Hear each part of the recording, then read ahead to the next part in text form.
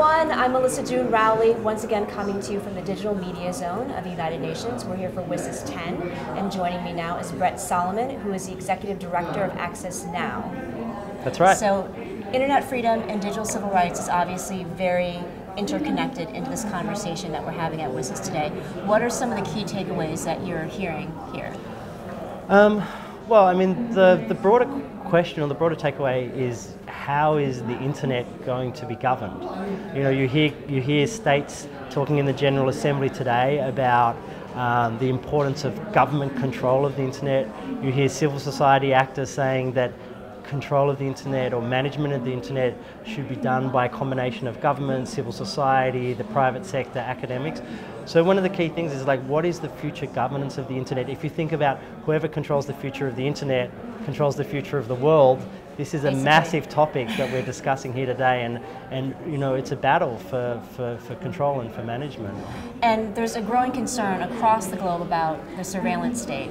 Yeah. What are some collaborations or ideas that Access Now has been talking about that might be good solutions moving forward? Yeah, so as we've seen, particularly recently after the Paris attacks and so on, governments are trying to introduce new laws, both democracies and non-democracies, trying to introduce new laws that would give them the power to be able to survey the networks, to be able to have databases of every email, every phone call, every text, every Google search, etc.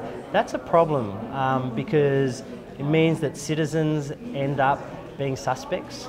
And so we need to shift the kind of balance so that the right to freedom of expression, the right to opinion, and the right to privacy are protected in the context of the national security threats that are taking place. Yeah, and freedom of expression and use of the internet is also something that you advocate for.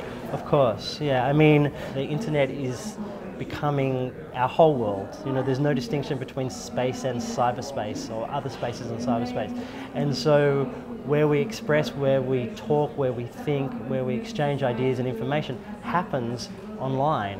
And so if it's restricted online, so are those rights. And so our responsibility is to keep the internet as open, as non-discriminatory, and as protected as possible in order to be able to ensure that all of us, the billions of users and the ones that are yet to come online, are able to speak and to think and to exchange freely.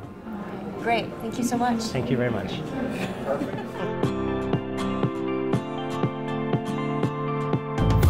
Hi, I'm Lois Brew. I'm an independent consultant here in the Digital Media Zone at the United Nations. Very interested to hear today what they have to say about telecommunications.